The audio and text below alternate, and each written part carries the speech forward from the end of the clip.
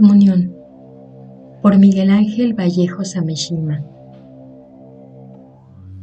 El primer contacto con el peruano hubiera hecho creer a cualquiera que su curación sería sencilla.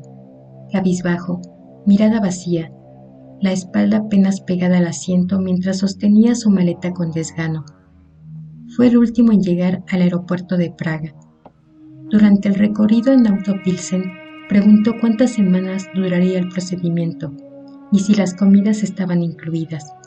Más nada sobre los otros integrantes del programa, su habitación o los lugares turísticos.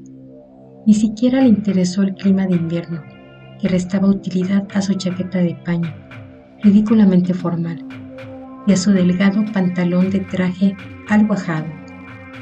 A la mañana siguiente se presentó con 20 minutos de adelanto al desayuno de introducción en el restaurante del hotel y recibió a los demás sin conversar. Comió desanimado, pero dejó el plato vacío y atendió indiferente a la charla de apertura. Como bien saben, este es el principio de nuestra nueva vida. Dejaremos atrás lo que nos lastima y alcanzaremos la comunión, el único amor sin conflictos. Ya hemos leído los principios del libro de Pfeiffer y a partir de hoy los aplicaremos en el quehacer cotidiano. Pilsen, ciudad que ninguno conoce, es el lugar ideal para ello. Nos uniremos en esta cruzada de libertad. Se anunció en los idiomas necesarios, cediendo ante la molesta división que genera el lenguaje. Irónicamente, la mayoría tomó esta declaración inaugural con alegría, la cual debían combatir. El peruano apenas asintió. Parecía un hombre distante y sin emociones. Diríamos casi sano. Sin embargo, es increíble lo que se puede saber de una persona con un solo gesto. Acariciaba un pequeño gato de plástico en una pulsera, de seguro un ornamento chino de bajo precio, viejo y agrietado. El primer ejercicio fue que los integrantes permanecieran encerrados en sus habitaciones, sin acceso a internet, teléfono, televisión o radio, ni siquiera a lápiz y papel, y prohibidos de hablar entre ellos. Sus únicas salidas fueron al restaurante, una vez al día, siempre el mismo plato, servido a la misma hora. Para eliminar el culto al ego, hay que anular la imagen que cada quien inventa de sí mismo y la nefasta necesidad de compartir, interpretar, comunicar, agradar o competir. Solo así desaparece la mentira de una ubicación individual en el universo y alianzas ficticias como clase social, etnia, nacionalidad o lengua, como anunciaba ya Pfeiffer en sus invocaciones a modo de rezo. Todos triunfaron, aunque algunas mujeres belgas y un grupo de ancianos andaluces parecían haber establecido un nocivo vínculo de origen en medio de su silencio, brindándose guiños y hasta sonrisas mientras comían. Por ello se adelantó el segundo ejercicio, ir de un punto A hacia un punto B, de lunes a viernes, durante 2 semanas, y realizar compras específicas dictaminadas por itinerario en tiendas y mercados. En cada salida debían seguir exclusivamente los caminos trazados, sin fijarse en el entorno ni saludar o pedir información. Nada de caminatas por la zona de parques, preguntar nombres o datos al encargado de la cervecería, ni por la historia de algún teatro. El objetivo de vital importancia fue transitar sin relacionarse con nada ni nadie, el inicio de una existencia sin opiniones y por ende sin discrepancias. Entonces el peruano comenzó a fallar. En los días lluviosos se detenía frente a la catedral de San Bartolomé, apretando con fuerza el paraguas, contemplando perplejo la cúpula de la iglesia, y en su rostro la nostalgia se confundía con la estupidez. Solo reanudaba su marcha cuando el frío lo hacía temblar, o tal vez motivado por alguna perniciosa emoción. A la 9ª tarde, se desvió del camino y llegó hasta el jardín japonés, donde encendió un cigarrillo con una sonrisa ácida. Soportó la lluvia hasta ver la puesta de sol sobre las copas de los árboles y dio suaves pisotones en el suelo de tierra. En esa etapa del tratamiento, hasta las intransigencias de belgas y andaluces habían sido suprimidas. Ni siquiera se miraban al cruzarse en el lobby. La única duda era el peruano. Sus indisciplinas hacían cuestionable el que pudiera adaptarse y evolucionar, pero aún así se le permitió avanzar al tercer ejercicio: mantener silencio perpetuo. Ese fue el reto más difícil, por los desagradables instintos del fuero íntimo. Por ejemplo, una atleta egipcia solía programar sus ejercicios hablando mientras se duchaba. Un oficinista australiano se daba ánimos en francés, su segundo idioma, y el mayor del grupo, un pianista filipino, cantaba antes de dormir. Todos mantenían alguna forma de habla, viciosa en su esencia. Oír la propia voz es otro síntoma de ego, pues se habla para ser escuchado, así sea por uno mismo o por un ente imaginario. La verbalización solo debe de ser utilizada como paso previo al olvido. Los malos hábitos desaparecieron al cabo de una semana. Nadie abría la boca más que para comer, toser, estornudar o lavarse los dientes. Sin embargo, el peruano ofrecía, quizás sin desearlo, una callada resistencia con su mirada melancólica. Ahora entendemos el porqué de su dificultad en sanar. No se trataba de obstinación, que implica la voluntad de no cambiar, sino lo opuesto. Le era imposible huir de sus recuerdos. Descubrimos que accedió a intentar un cambio luego de meses de inactividad y súplicas. Su padre le insistió en que era tiempo de continuar, que ya había perdido demasiados años estrellándose contra una justicia a la que no le importaba a él, ni mucho menos su esposa, y era tiempo de renunciar al sufrimiento, que su mayor venganza sería volver a ser feliz a pesar de lo que le hicieron. Por supuesto, el ritual que nos formó era su mejor oportunidad. Conocer su episodio fundamental nos fue difícil. Al inicio surgió un remolino de polvo, sucedido por las primeras escenas, un taller de confecciones atiborrado de telas y maquinaria que producía un ruido metálico constante, un departamento desordenado con camisas y pantalones sobre la mesa del comedor y caños goteando, un pequeño bosque de pasto corto. Luego apareció el rostro de una mujer de cabellos revueltos, expresión triste y arrugas prematuras bajo los párpados y el cuello. Las siguientes escenas fueron charlas entre ambos muy similares. ¿Qué tal tu día en el taller? Como siempre, pocos pedidos, no estábamos preparados para el verano y todavía con ese problema que te dije. Siguen jodiendo a los cobardes. Hace semanas que estás así. ¿Y si mudas la empresa a otro lugar? ¿Te mereces algo mejor? ¿O por qué no cambias de rubro? Con otro nombre. No. Dejémoslo así. Bueno, nunca quieres tocar este tema. Ya no sé para qué me esfuerzo. Discúlpame, estoy cansado. Me voy a dormir. Te cuento que encontré un DVD de aeróbicos muy bueno. Hice esos ejercicios toda la mañana. Hasta me duelen las piernas. No quiero engordar más. Ajá. Oye, por la tarde estuvo rondando un auto por acá. O sea, el mismo carro pasaba muchas veces y se estacionó frente al edificio como una hora. No pude tomarle fotos. Me dio algo de miedo. Eso sí, anoté la placa. Ya. Tengo un mal presentimiento. Yo no me equivoco con esas cosas. Gordita, no exageremos. Pero si tú eres quien me dice que esté atenta, ¿puedes servirme la comida? Hice fideos con salchichas, los que te gustan. Gracias. ¿Has visto qué lindas han crecido las magnolias? Podría hacer un arreglo con ellas. ¿Videos otra vez? Es lo único que se me ocurrió. Además sería bueno medirnos un poquito en los gastos, ¿no crees? ¿Me estás reclamando algo? No, claro que no, si no es tu culpa. Pero si las cosas van mal y puede haber peligros, pues quizá deberíamos pensar en otros proyectos. Digo, si no quieres que yo trabaje, porque tú me conociste trabajando.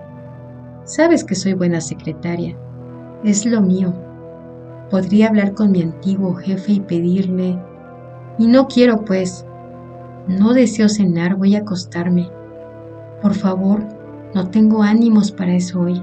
No me abraces que estoy apestando. Te compré algo en el mercado. Es una pulsera con un gatito. Dice que trae buena suerte. Está bonita, deja. Me la pongo mañana luego de bañarme. Las charlas en su recuerdo se repitieron varias veces, aunque el tiempo ya no es una categoría que nos afecte. La última escena pareció entrecortada, un sueño. El bosque donde el peruano cava con las manos desnudas, un agujero vacío, sus uñas ensangrentadas manchando la pulsera. De pronto regresó el remolino de polvo. La secuencia de imágenes volvió a empezar. Deducimos entonces que la mujer fue desaparecida o asesinada violentamente. El sentimiento de culpa del peruano, ese que retiene la memoria, puede deberse a muchos factores. Lo único seguro es que en esa persistencia del pasado radicaba su incapacidad de evolucionar. Solo hubiéramos podido hacer por él lo que finalmente hicimos. Al término del programa se llevó a cabo el último rito en una casona abandonada del centro de Pilsen. Pfeiffer, el primer miembro, fue quien encontró el libro con los pasos a seguir durante la ceremonia que culminaría con nuestra transformación. Por eso confiamos en su sabiduría cuando aprobó al peruano, aun a sabiendas de que era un riesgo. Los integrantes mostraron su victoria sobre sí mismos, guardaron un hondo silencio que los unía, hasta en sus gestos fríos e invariables de principio a fin de la transformación. Ese silencio que establece vínculos fuera del tiempo y el espacio, con el que invocaban al futuro en que nos hemos convertido. En algún momento del trance, el peruano acarició su pulsera de gato. Tal vez por eso quedó intacto mientras hacíamos la danza final y la verdad iba penetrando nuestros antiguos organismos, desgarrándonos la piel, arrancándonos los cabellos, piernas, brazos, pies, manos y cabezas, bailando con los intestinos, pulmones y otros órganos, estrellando nuestras partes hasta fundirnos en la esfera de carne, huesos, cartílagos y sangre que ahora somos. Sobra decir que no hubo un solo grito, sin conciencias discrepantes. El grupo pudo alcanzar la comunión perfecta del amor. Los nombres y pasados particulares ahora carecen de sentido. Nos hemos convertido en legión. El peruano fue nuestro primer alimento y no parecía sufrir desmembrado en nuestras bocas, ni deglutido por nuestros estómagos. Al fin ha sido curado. Devoramos sus recuerdos y terminaremos de expulsarlos a través de estas palabras. Te perderá el viento de Pilsen. Así sucederá con cada uno de los enfermos de ahora en adelante y para siempre. Eliminaremos el ego, el sufrimiento y demás molestias de la vida terrena y efímera. La legión, somos lo único inmortal, la eternidad del olvido.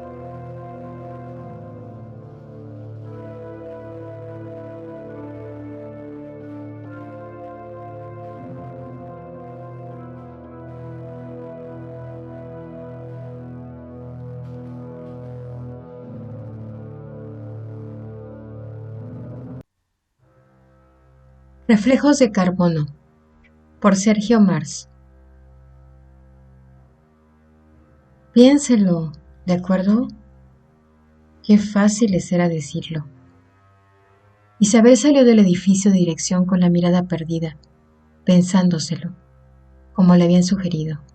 Desde luego, el dinero les iría muy bien, sobre todo ahora que Dani se aproximaba inexorablemente a la sustitución de los 8 años. En teoría estaba todo previsto. Claro, no se podía decir que fuera un gasto que les llegaba por sorpresa. Ese al menos no. Pero la planificación, por muy cuidadosa que fuera, no sabía de imprevistos, y al final siempre se quedaban cortos y tenían que hacer malabarismos durante meses para volver a cuadrar las cuentas. La compensación, como lo habían denominado, era importante, lo bastante como para permitirles incluso algunos lujos, demasiado importante quizás. Las cosas no debían de estar tan claras como le habían asegurado. Arribó a la factoría, y por primera vez desde que lo habían instalado, pasó por el sensor biométrico sin sentirse analizada. Lo había comentado con sus compañeros y a casi ningún otro le pasaba. Pero ella hubiera jurado que se sentía como las células fotosensibles la reducían a medidas frías para decidir si le franqueaban o no el paso.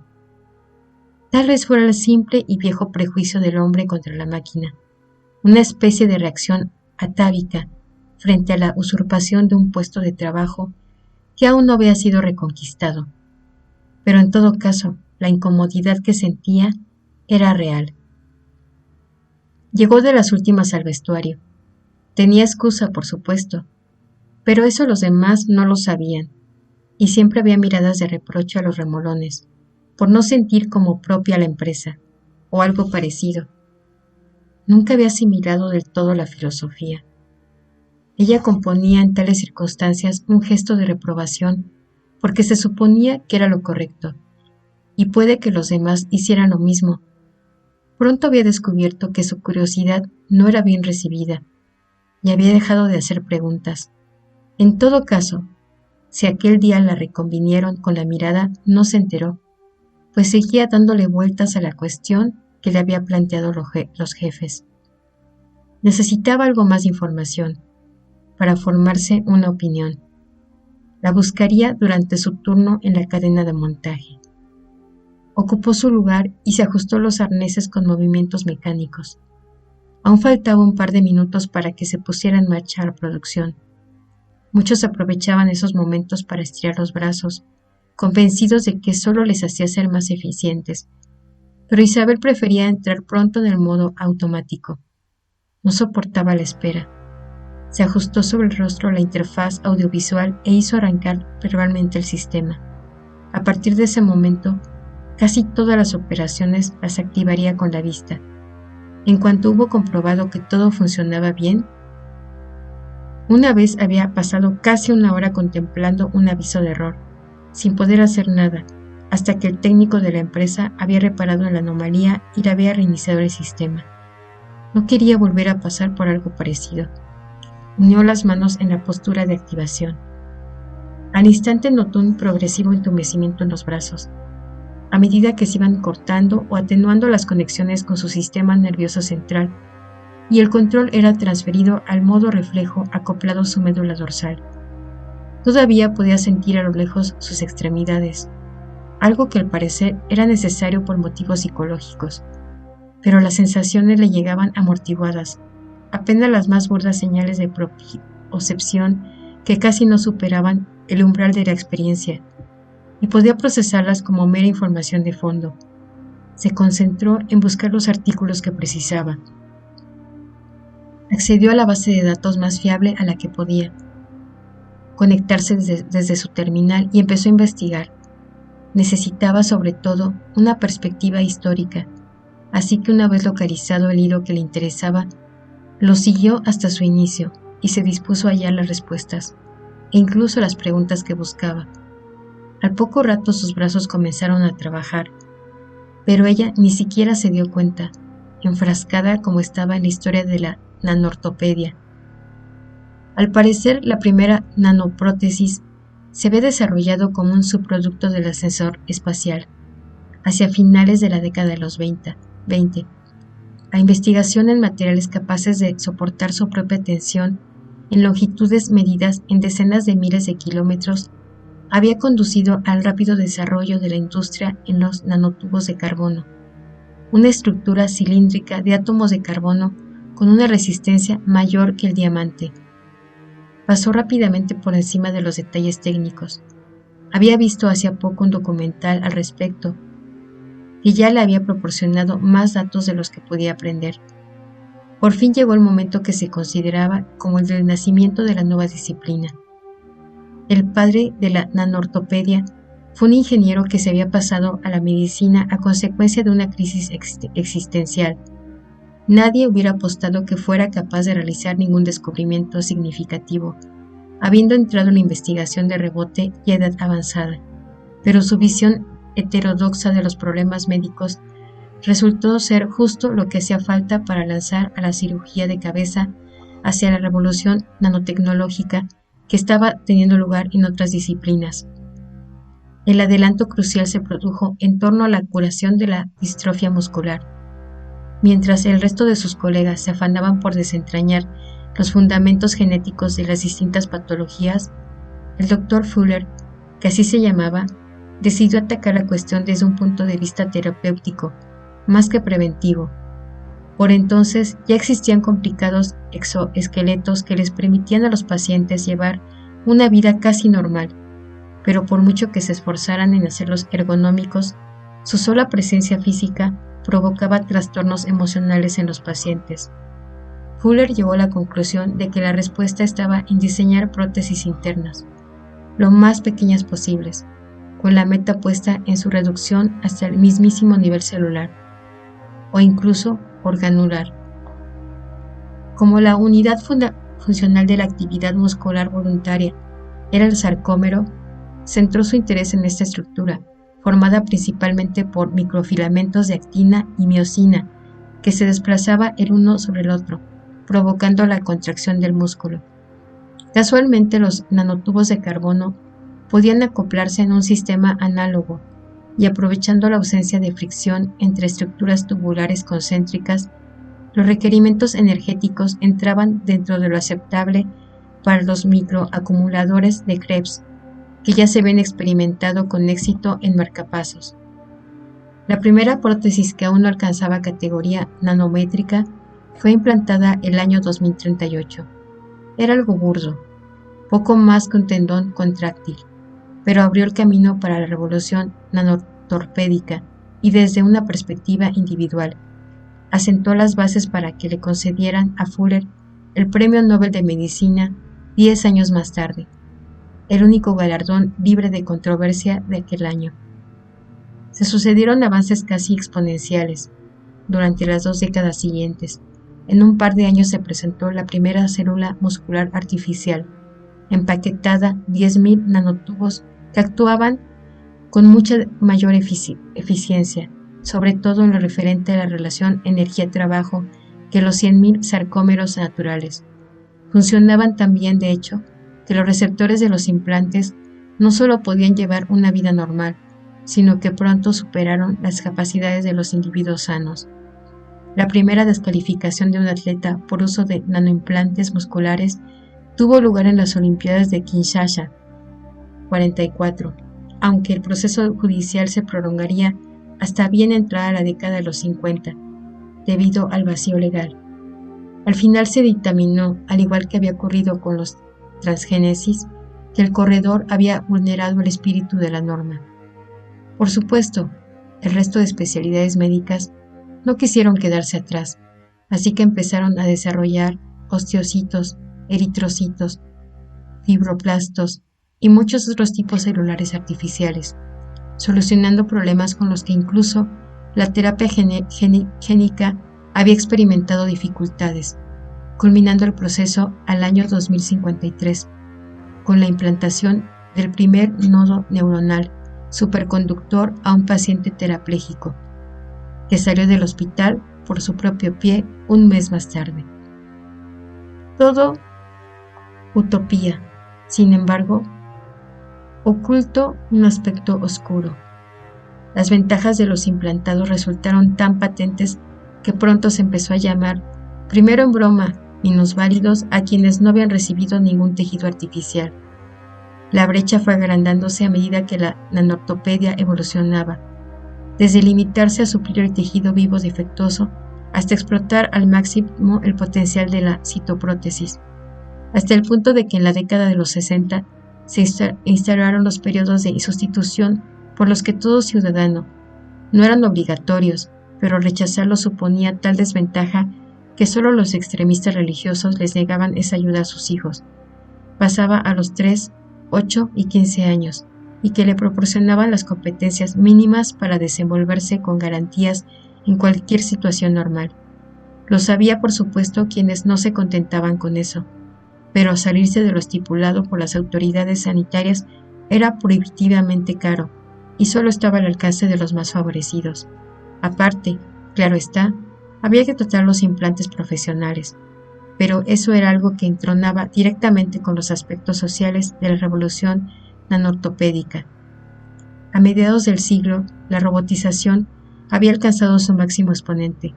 Millones de personas en todo el mundo se habían quedado sin trabajo, lo que no habían conseguido ni el telar a vapor ni los ordenadores.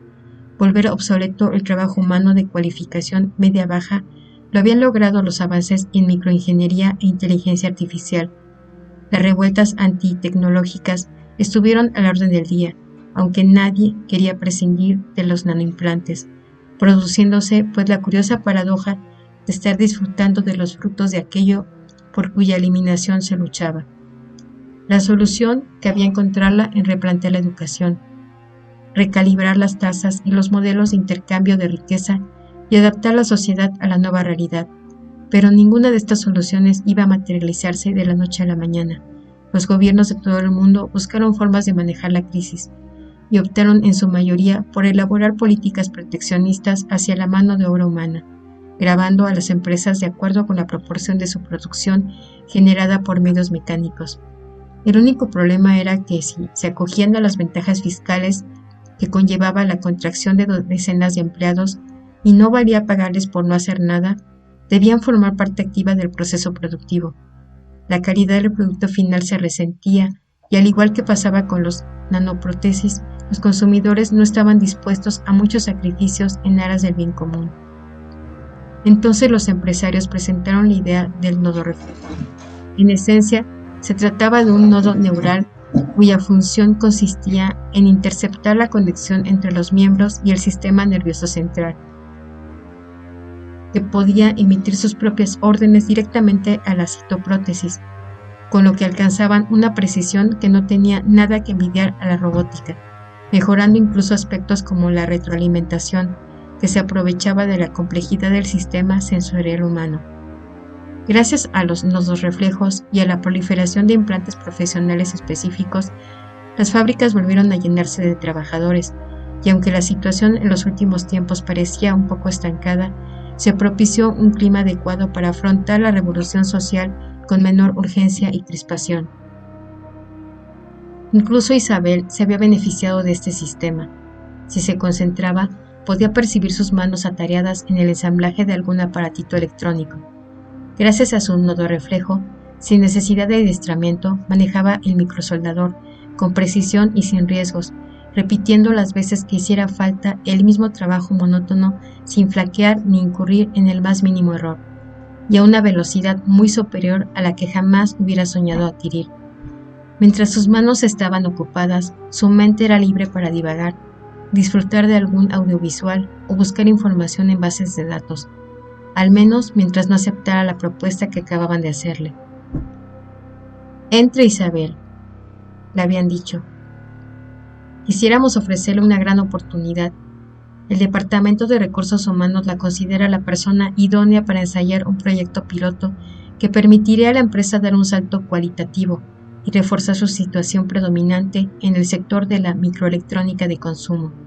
Y así, con ese estilo tan recargado, le hicieron la propuesta y especificaron los términos económicos del acuerdo. La habían dejado aturdida con tanta palabrería y tanto número y la habían despedido con un seco «Piénselo, ¿de acuerdo?». No había hecho otra cosa en todo el turno, y seguía tan lejos de llegar a una decisión como al principio. El repaso histórico había sido instructivo, ya que nunca se le había ocurrido estudiar con tanto detalle algo tan cotidiano como los citoimplantes, pero no estaba segura de qué enseñanzas podía sacar de todos aquellos datos en bruto. En cierto sentido, lo que le habían propuesto era una evolución lógica del proceso. De hecho, ahora que lo pensaba, creí recordar algo que había visto sobre transformar la tecnología de los nodos reflejos para adaptarla a una función organizadora en zonas infrautilizadas del cerebro. Hasta creía recordar el nombre que le habían dado, algo así como bulbos interfásicos. Conseguir nombrarlo la tranquilizó un poco. Si podía darle un nombre, se transformaba en algo menos extraño, menos preocupante. Deseamos aumentar el porcentaje de producción humana de la empresa, le habían explicado. En la división de montaje ya hemos alcanzado el límite máximo de aprovechamiento, pero los chicos de investigación han desarrollado un nuevo implante que nos permitiría ganar terreno en la faceta del procesamiento de datos. Para no aburrirla con detalles técnicos, podemos resumirlo en que, mientras esté ocupado en su turno, un implante neuronal inervará mediante nanoaxones un área infrautilizada de su cerebro y utilizará parte de su masa encefálica como wetware para el procesamiento de información. Será mucho más lento que un circuito convencional, pero los estudios indican que la complejidad de la red neuronal podría llevar a un procesamiento pseudo-intuitivo que tal vez permitiera solventar problemas de cálculo difíciles de transcribir a un lenguaje lógico. ¿No será peligroso?, había sido su reacción. En absoluto, le habían asegurado. Ya ha sido probado con éxito en el laboratorio. Ahora solo queremos comprobar su eficacia sobre el terreno. ¿Notaré algo? Nos alegra que nos haga esa pregunta, porque ese es precisamente el punto más delicado y el que justifica la generosa bonificación que le ofrecemos. Verá, en principio se ha escogido a un área en la que apenas se registra actividad, y solo en condiciones específicas, pero atendiendo a las teorías sobre el almacenamiento holográfico de la memoria en el cerebro, un pensamiento al azar podría llevar a desvirtuar el proceso de cálculo, así que resulta obligatorio que las funciones conscientes no intervengan. ¿Qué quieren decir? La única diferencia con respecto a la situación actual será que el trabajador deberá estar dormido durante su turno. En realidad, muchos lo aprovecháis ya para dormir, solo que ahora sería algo inducido, y en el proceso generaréis riqueza, que os será retribuida adecuadamente. Eso había sido todo lo relevante, salvo el «piénselo», ¿de acuerdo? Final. Pues bien, lo había pensado y seguía con un poco indecisa. Por un lado, el dinero sería bienvenido, y era cierto que llegaba un punto en que lo mejor que se podía hacer durante el turno era dormir. Pero algo dentro de ella se resistía a ceder el uso de su cerebro. Por otra parte, nunca se había parado a considerar lo mismo respecto a sus manos. ¿Acaso había tanta diferencia entre uno y otras? Contemplando la evolución de la tecnología, parecía un paso lógico y necesario. Si ella no accedía a probarlo, algún otro lo haría, y final sería de todas las formas de cuestión de adaptarse o ir despidiéndose de su empleo. ¿Qué importancia podía tener un nanoimplante más? Piénselo, ¿de acuerdo? Se lo estaba pensando, y cada vez lo tenía más claro.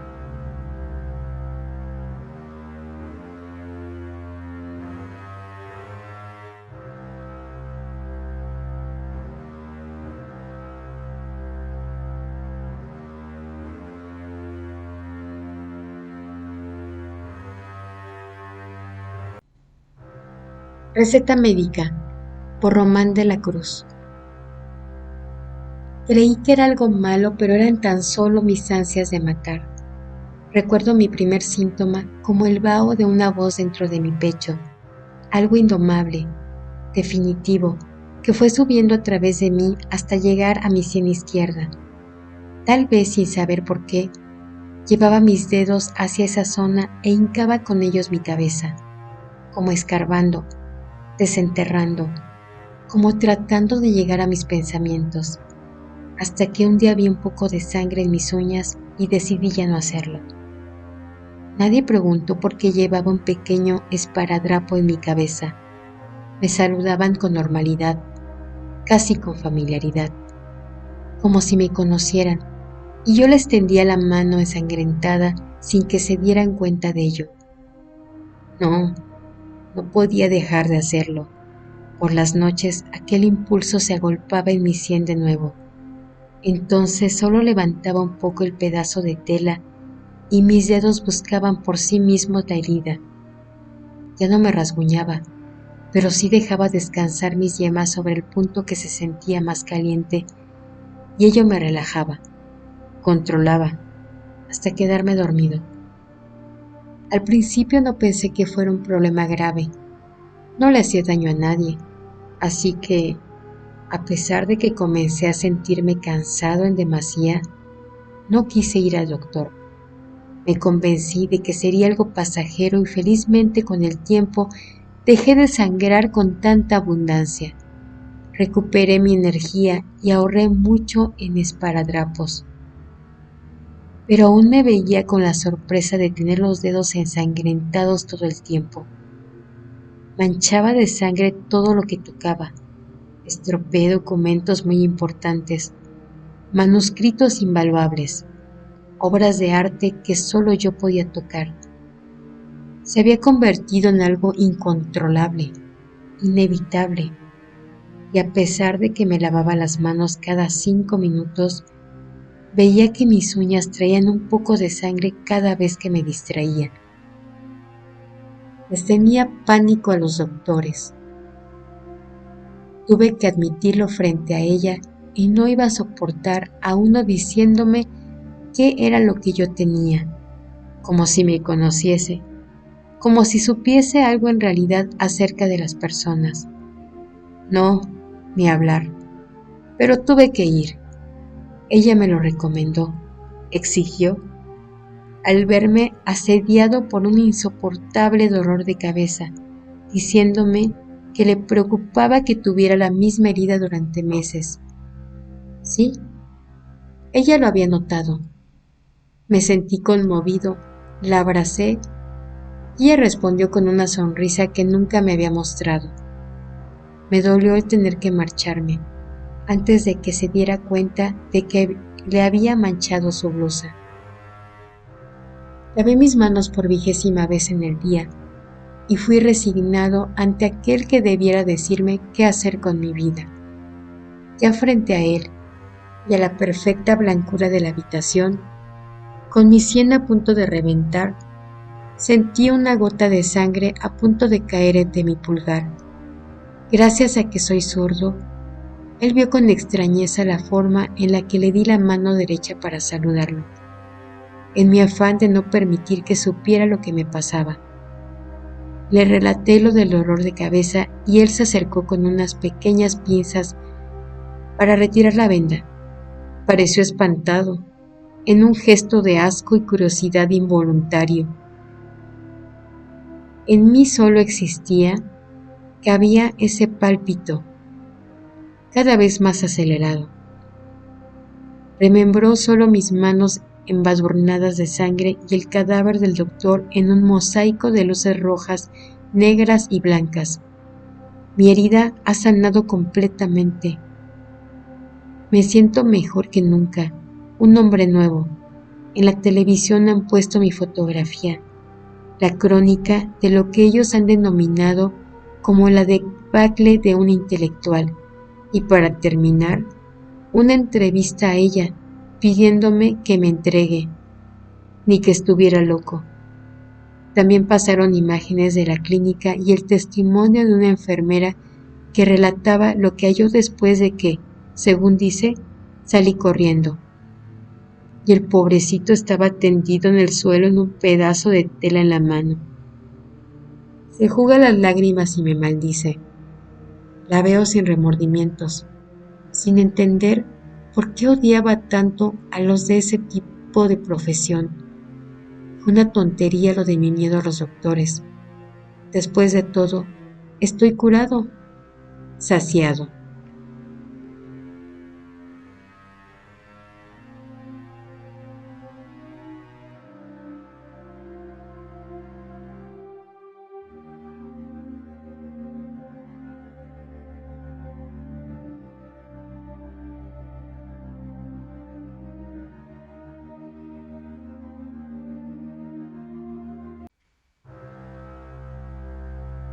Moderador, por Miguel Casani Kondo. No suelo escribir en mis redes sociales. Lo hago cada vez que quiero y mayormente no es nada importante. Sin embargo, en los últimos meses no ha sido fácil actualizar mi estado. Tengo agregados en Facebook, aparte de la actriz Madeline Honat, a mis familiares, amigos y conocidos. Tengo a Robert, compañero de Christian, un amigo cercano. Él tiene a mi sobrino Navarrito, a mi cuñado y a mi exnovia. Ella tiene entre varios a Perlita, a un conocido del trabajo y mi profesor de filosofía. Este profesor tiene a casi todos los docentes de la facultad y los amigos de la base. Ellos me tienen a mí, a mis hermanos, a mi tío Ladislao, también a Madeline Honat, etc., etc., etc. Todos agobiadamente activos y actualizados en sus muros. Pero mi tío Ladislao ya lleva muerto hace más de 2 años. Mi sobrino Navarrito es hijo de un supuesto hermano que, según sé, nunca tuve. Preferí ignorar los hechos. No quise cuestionarme por estas rarezas hasta notar que Madeline Honat, mi actriz favorita, había desaparecido de la web. Extrañamente su nombre dejó de ser ubicable. La busqué en Twitter y su cuenta, que antes contaba con 1.457.420 seguidores, tampoco existía. Busqué en blogs concernientes a Hollywood, films o revistas de chismes y obtenía lo mismo. Sus videos en YouTube, incluido su nominación a un Globo de Oro y su escandaloso beso con Jessica Simpson, habían desaparecido. Y aunque las fotos de los eventos a los que asistía aún estaban en línea, ella no figuraba en ninguna de ellas. Por último, escribí en el buscador de Google Madeline Honat y la búsqueda no obtuvo resultados. Preocupado, llegué a creer que si preguntaba a alguien sobre Madeline Honat, la tomarían por una total desconocida. Preferí no preguntar. En esos días de preocupación entré en sesión a Hotmail, algo que no hacía muy seguido, para quizás hallar alguna referencia sobre ella en mis mensajes. Noté extrañado que un moderador, así figuraba su nombre, me había enviado un mensaje en el cual solo figuraba un link. Mi primera impresión fue creer que era publicidad en línea, pero me sorprendió notar que solo era una vista satelital de mi barrio, cortesía de los servicios de Google Maps, y vi que mi casa no existía en mi barrio, no figuraba en el mapa. Suspiré hondo. Recuerdo que le respondí el mensaje. ¿Qué está sucediendo? Ya han pasado varios meses desde que logré comunicarme con los moderadores. Me explicaron el fenómeno. El día cotidiano, las constantes preocupaciones y nuestra vida como usuarios de Internet habían alterado nuestra realidad, haciéndola cada vez más imperceptible y diluyéndola ante nuestros ojos. La naturaleza y las ciudades más allá de nuestra rutina dejaban de existir. Nadie lo sabría hasta ser notificados por Facebook. El mundo literalmente desaparecía ante nuestros ojos y no lo creeríamos hasta verlo en Twitter, siendo el Internet el medio de comunicación más directo. Resultó ser lo único que podría mantenernos activos en este mundo cada vez más difuminado. Era necesario retardar su caída para evitar el caos total, creando una realidad virtual formada de noticias y acontecimientos ficticios. Si la gente ve que el mundo sigue su curso por Internet, lo asumiera como verdad. Este tipo de realidad se sustentaba entonces en millones de noticias virtuales, videos y posts creados para la ocasión, y semejante trabajo tenía que contener algunos errores en el sistema. Eso sucedió conmigo, que vivía en una casa que no figuraba en Google Maps, que agregué en Facebook a personas fuera de su debido tiempo, o que seguía actrices que por error no debían existir. Me aleccionaron, me enseñaron a crear sucesos para rescatar lo poco que queda de lo que alguna vez se conocerá como vida. Hasta ahora he creado un galán de Hollywood, un desastre natural en Asia y una controversia política en Escocia, todos ellos con su contexto para su mejor simulación. Los moderadores dicen que están satisfechos con mi trabajo, pero personalmente no lo creo. Haré un buen trabajo cuando haga a una actriz lo mitad de buena de lo que era Madeline Honat. Ese es mi proyecto ahora. Mientras tanto, en mis redes sociales solo se me ocurre escribir: ¿qué está sucediendo?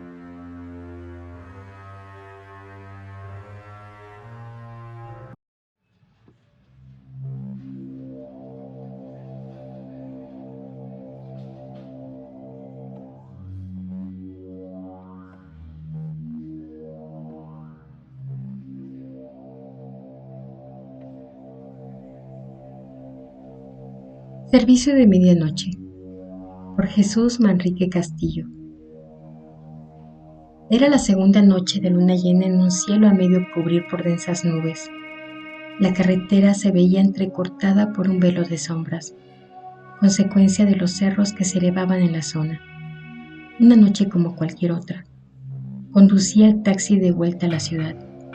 Tuve que realizar un trabajo que me movilizó más lejos de lo que esperaba, pero la paga era buena. Encendí la radio para despejarme un poco y tratar de alejar el sueño que ya me rondaba. A la distancia, bajo un árbol a un lado del camino, un joven estiraba su mano tratando de captar mi atención. Pensaba obviarlo y continuar mi viaje, pero el retorno era largo y no me veía mal un trabajo extra y algo de dinero adicional. Parecía estar algo agitado. Me detuve, bajé la ventana y le pregunté a dónde se dirigía. Me preguntó cuánto le cobraría para llevarlo de vuelta a la ciudad. Le dije que estaba de suerte, ya que me encontraba de camino. Acordamos el precio y le dije que suba. Abrió la puerta posterior y con mucho esfuerzo metió un gran saco que no me había percatado traía, y al parecer lo venía arrastrando. Se veía pesado y lo acomodó lo mejor que pudo en el asiento trasero, pegándolo lo más que pudo a la ventana. Subió, se acomodó y exhaló más aliviado, pero al final parecía contento. Le pregunté qué hacía solo en medio de la nada. El joven alegremente me contó que había estado de excursión visitando las fiestas en el pueblo de Tondruna, a hora y media a pie de aquí. Un camionero le había dado un aventón hasta la carretera, pero su ruta era hacia el lado contrario. Al ver que no bajaban vehículos, decidió emprender la marcha y esperar tener suerte a que pasara alguien para que le diera un aventón. Era un muchacho jovial y conversador. Me contaba acerca del viaje que había estado realizando con su novia y que lamentablemente se presentó una situación que lo forzó a retornar a la ciudad por su cuenta. Me sonó extraño, pero a pesar de ello el muchacho mantenía el buen ánimo y me seguía contando sobre el resto de su viaje. Al llegar al puente de la Dama Blanca, sentí un olor muy desagradable, como si se tratase de agua empozada. Pensé inmediatamente que una de las canaletas de desfogue cercanas se había bloqueado con plantas acumuladas, o que quizás había algún animal muerto, lo cual explicase el fuerte olor. Cerré por unos instantes las ventanas, pero eso solo hizo que fuese más intenso. Podría jurar que en ese momento me pareció escuchar los sollozos de una mujer, pero el joven me animó a abrir por completo las ventanas de atrás para que el viento permitiese ventilar el interior del vehículo y así poder respirar mejor. Continuamos el viaje mientras el muchacho, animado, continuaba contándome acerca de los lugares que había visitado. Una vez llegamos al destino que me había indicado, una pequeña casa a la entrada de la ciudad. Me pidió que le espere un momento, ya que iba a traer a alguien para que le ayude a bajar el gran bulto que había subido. Me ofrecí ayudarle, pero me indicó que no quería incomodarme y que solo le tomaría unos minutos regresar. Accedí y decidí esperar. El frío empezó a arreciar. Decidí cerrar las ventanas y encender la calefacción mientras esperaba. En ese momento me percaté del desagradable olor que había percibido al cruzar el puente. Empecé a buscar qué podía hacer, hasta que escuché un débil sollozo que iba creciendo en fuerza hasta desencadenar en un llanto escalofriante. Mis pensamientos se bloquearon, la sangre se me congeló y me sentí desfallecer al darme cuenta de que el sonido provenía del asiento trasero, donde el muchacho había dejado el gran bulto.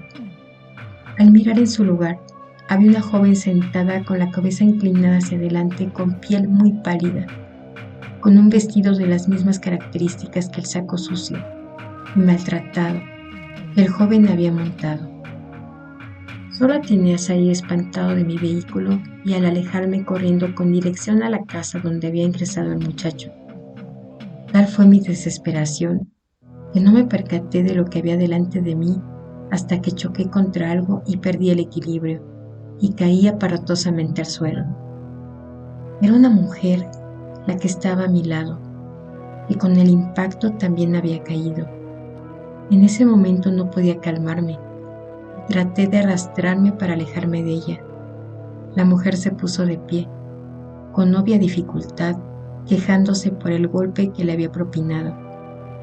Era una mujer mayor y me hablaba con mucha calma para tranquilizarme. Con dificultad traté de explicarle lo que había visto dentro de mi auto, un espectro del más allá que había invadido mi vehículo. La mujer me miró con preocupación y me pidió calmarme. Se limpió las ropas y se acercó lentamente a mi vehículo. De repente, la puerta trasera se abrió lentamente del lado donde había visto el espectro. Desde mi ubicación pude ver que un pie descalzo y sucio descendía con torpeza. Una mano pálida se sujetaba de la puerta con dificultad, pero al parecer carecía de la fuerza suficiente como para mantener el resto del cuerpo, cayendo pesadamente al suelo. La anciana, al ver esto, retrocedió unos pasos, pero al mirar bien la situación, se apresuró a ayudar a la joven que había caído aparatosamente. Mi terror empezó a ceder de poco a poco, pero no lo suficiente como para permitirme moverme de mi lugar hasta estar seguro de que no había peligro alguno. La anciana ayudó a poner en pie a la joven y me llamó para que la ayudase. Pero yo aún no entendía lo que sucedía. A duras penas la mujer levantó a la joven y empezó a dirigirse hacia mí. Su aspecto era terrible, tal como lo recordaba hace unos instantes, pero la veía menos espectral como cuando la encontré en mi auto. Me puse de pie con algo de torpeza y me dirigí hacia la anciana para ayudarla. Ambos llevamos a la joven al interior de la casa donde se supone que había entrado el muchacho hace rato. La mujer llevó a la joven al interior y me pidió que esperase unos minutos. El frío empezaba a hacerse notar después del susto que me había llevado. 20 minutos después, salió la anciana agradeciéndome el haber traído a su hija de vuelta a casa. Yo continuaba sin entender nada y procedí a contarle lo que realmente había pasado. Ella escuchó atentamente mi relato. Al terminar, la mujer me quedó mirando con ojos enjugados en lágrimas. Puso una de sus manos en mi hombro y me explicó. Hace 3 años, su hija y su novio, mientras regresaban de viaje, recogieron a un hombre que les pidió una aventona en la carretera. Este hombre resultó ser un criminal que había escapado de la cárcel y se encontraba huyendo, pues a su paso solo dejaba tragedias para las personas que se cruzaban en su camino. Les pidió que lo llevasen hasta cierto lugar, donde una vez seguro de que no hubiese inconvenientes, desataría su salvajismo. Golpeó salvajemente al joven y lo dejó muy mal herido. Luego se dirigió donde su hija y dio rienda suelta a sus bajos instintos.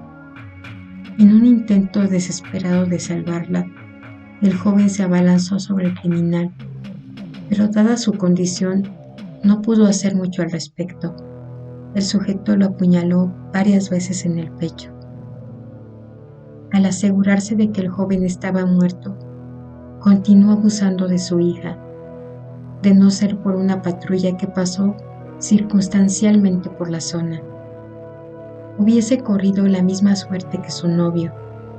El criminal huyó antes de que los agentes se detuvieran a revisar el auto estacionado al lado del camino y se encontraran en la terrible escena, llevando pues a su hija al hospital más próximo. Cuando les comunicaron, salió junto con su esposo de inmediato hacia el hospital. El tiempo pasó y su hija no fue la misma, pues había quedado completamente traumatizada. Por las noches lloraba y gritaba terriblemente. Su condición, aunque físicamente se mantenía estable, pero su mente se iba deteriorando más y más, pues comenzó a llamar a su novio como buscándolo, hasta el momento en que nos dijo que él estaba a su lado para protegerla y que siempre que se perdiese, la llevaría de vuelta a casa hasta que pudieran corregir el mal que les había causado. No es la primera vez que esto sucedía. Siempre alguien la encontraba en el camino, deambulando por el lugar donde sucedieron los hechos. Las personas que la traían decían que veía siempre acompañada con un joven que indicaba ser su novio, y les pedía que los llevasen hasta la casa. Para cuando ellos bajaban a ayudar, no había rastro del joven, pero ella siempre se quedaba inmóvil en el auto. Desconcertados por la situación, se acercaban a la casa y les explicaban lo que había sucedido. Terminé de escuchar la historia de la anciana y quedé algo extrañado, pues lo que me había contado y lo que había sucedido hace unos minutos diferían en ciertos puntos. En ese momento los nervios se me volvieron a poner de punta, pues acababa de recordar que ese fue precisamente un trabajo que realicé hace 3 años, y ahora cayendo en la cuenta, fue precisamente en ese mismo lugar donde recogí a ese muchacho con el bulto. Ahora entiendo por qué el muchacho me resultaba tan familiar. En ese momento sentí el frío metal que atravesaba mi estómago, pues con la otra mano la anciana había ocultado bajo las mantas que tenía encima para protegerse del frío un enorme cuchillo de cocina, con el cual me había incrustado rápidamente el cuerpo. Y sin darme tiempo de reaccionar, la miré estupefacto y solo atiné a lanzarle un golpe en el rostro, lanzándolo contra la puerta y haciendo que caiga de bruces al suelo. Un dolor terrible se extendía por mi cuerpo. Saqué el cuchillo de mi estómago y me dispuse a lanzarme encima de la mujer para devolverle el favor.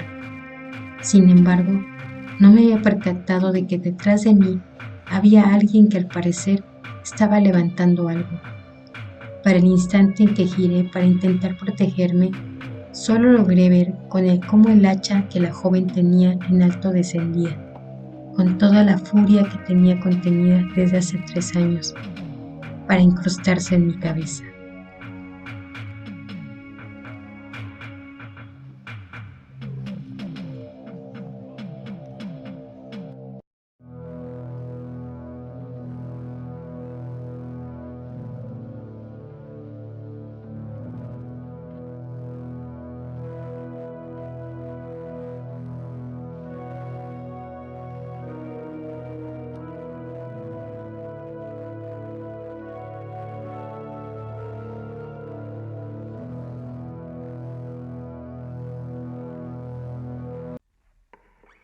El precio de la guerra.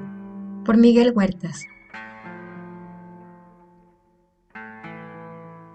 Le vieron aparecer por el camino del rey, con andar cansado y tirando de las riendas de una mula a la que llamaba Rodavalla, por su impresionante fealdad, que había comprado en la anterior posta por 6 piezas de cobre.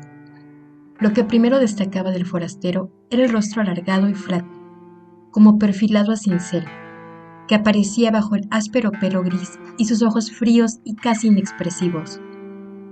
Era un individuo muy alto y extraordinariamente flaco, y a primera vista guardaba cierto parecido con un perro triste y hambriento.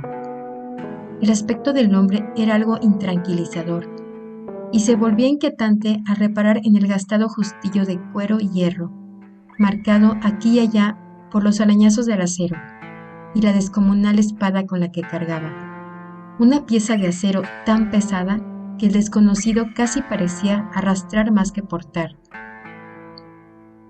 Franz se mantuvo firme y esbozó una sonrisa cálida, algo forzada cuando el forastero se acercó. Sus hijos retrocedieron un tanto, amedrentados por la brutal apariencia del hombre. A él no le importó. Después de todo, aún eran chiquillos imberbes y tenían tiempo de endurecerse antes de hacerse cargo de la posta. Pese a su intranquilidad, ambos se quedaron, y sabía que los dos chavales pronto estarían contando historias sobre el extraño que crecerían como una bola de nieve cada vez que la relatasen.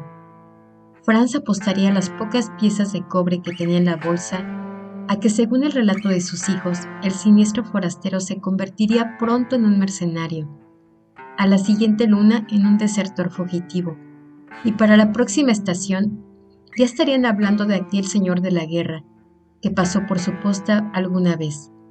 Cosa de chiquillos.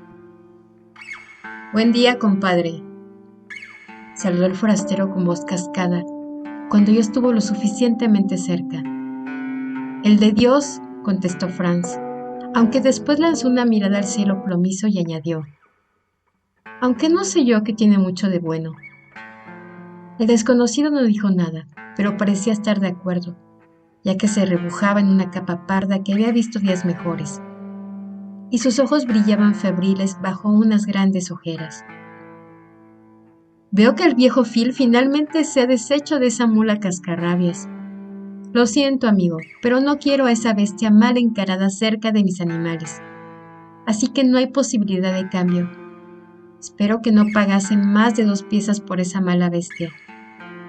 El extraño miró al animal, y al otro extremo de las riendas la mula deformó aún más su aspecto, en lo que parecía ser una mueca sardónica, y lanzó un mordisco al aire. Después el hombre miró con gesto ausente por encima del hombro, en dirección a la posta de Phil, y Franz vio brillar acero bajo la gastada capa.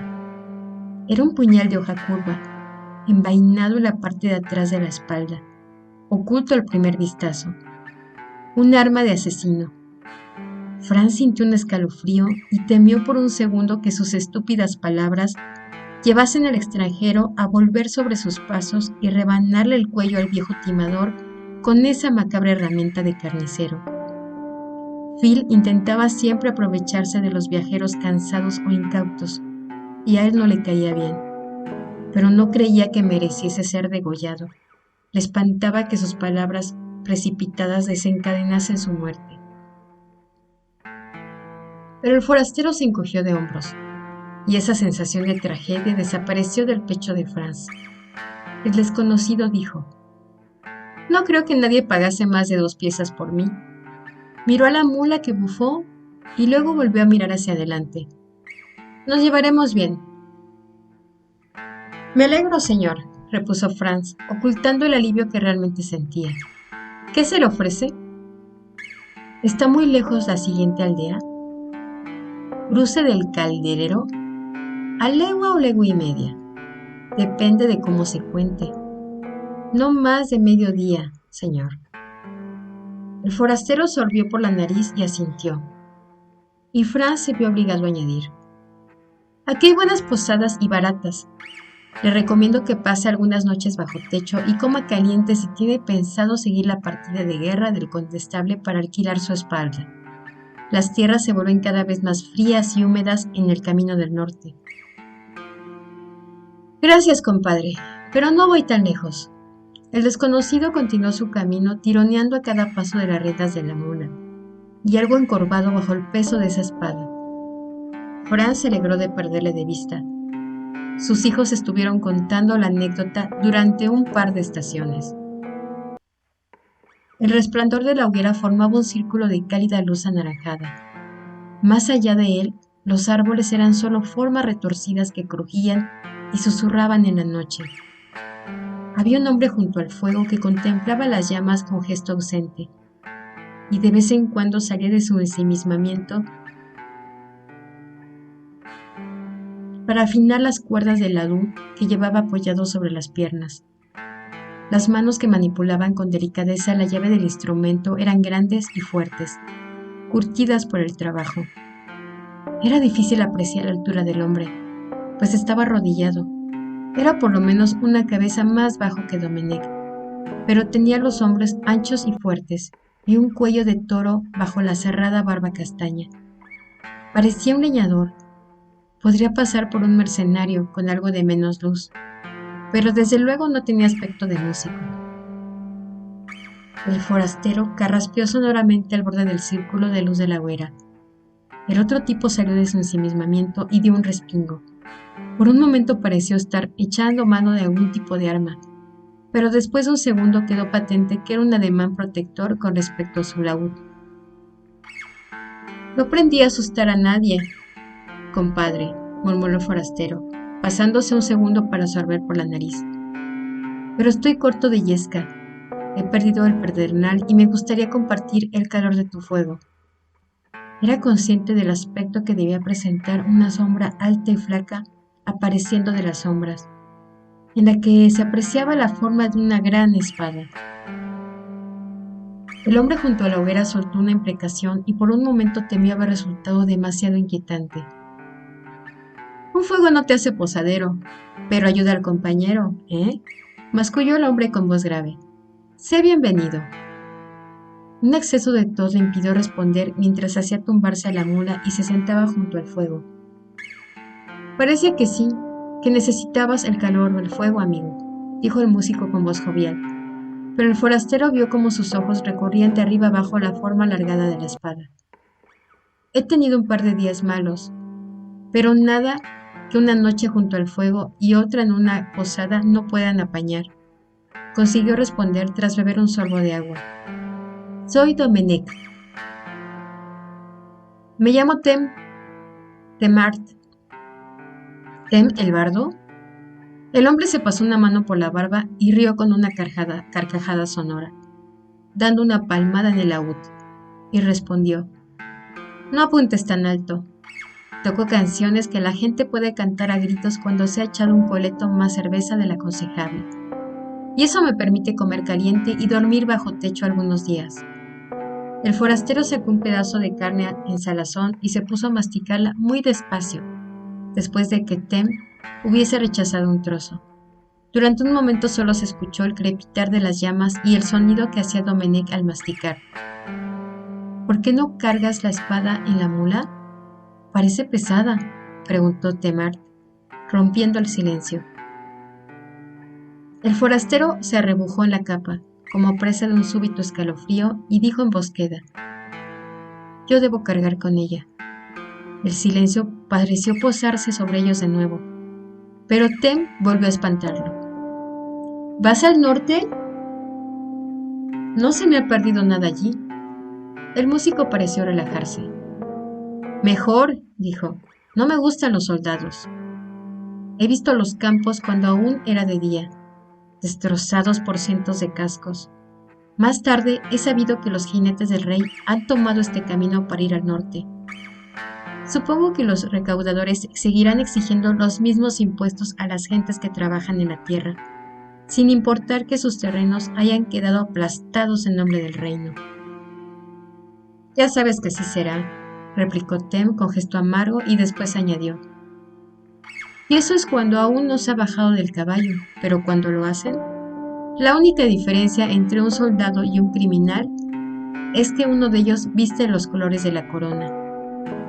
¿Ha habido problemas? No, ningún problema. Tem se pasó una mano por la barba áspera y oscura. Por ahora, dijo. Los meses pasarán y la guerra se estancará. Entonces volverán a bajar carroñeros, desertores, exploradores, todos distintos, todos iguales, muy lejos de su hogar y acostumbrados a matar. Es siempre así. Sé algo de guerras. Incorporado hacia adelante y con el ceño fruncido por el enfado. La apariencia del leñador de músico desaparecía casi por completo. Domenech comenzó a silbar en un tono apenas perceptible, la lanza a la cabeza y mi jarra de cerveza, una conocida tonada militar. Tem tomó el laúd y tocó las notas finales del estribillo con cierta tristeza. Después sonrió de mala gana y dijo: ¿Estuviste en la última? ¿La última guerra? Parece que fue a 100 años.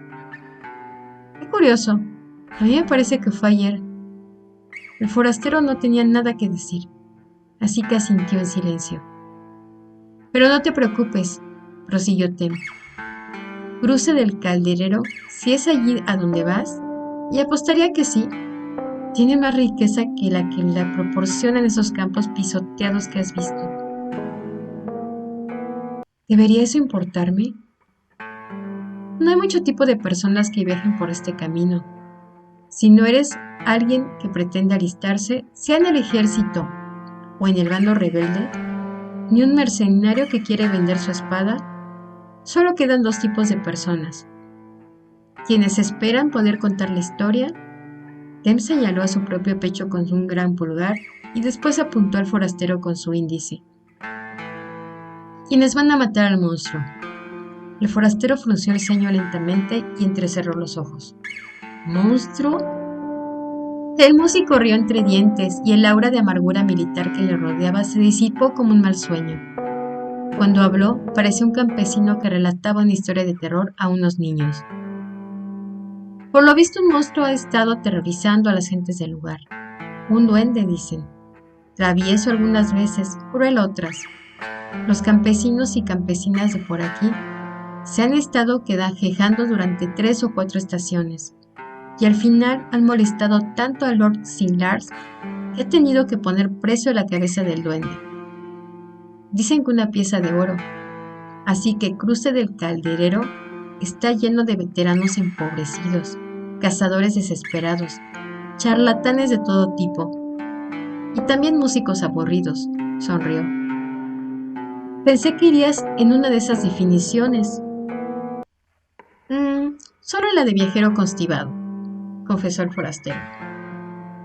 Pero una pieza de oro es una pieza de oro. Eso no puedo negarlo. Hablaron un rato más acerca de la cerveza floja del sur y del brebaje oscuro y fuerte que llamaban cerveza del norte, del estado de los caminos, de las dementes oscilaciones de los precios en tiempos de guerra y de las cosas que ya no eran como antes. Pero evitaron hablar del verdadero precio del oro, el de la sangre, y fingieron no haber recordado la última guerra, ni las vivencias selladas con cicatrices.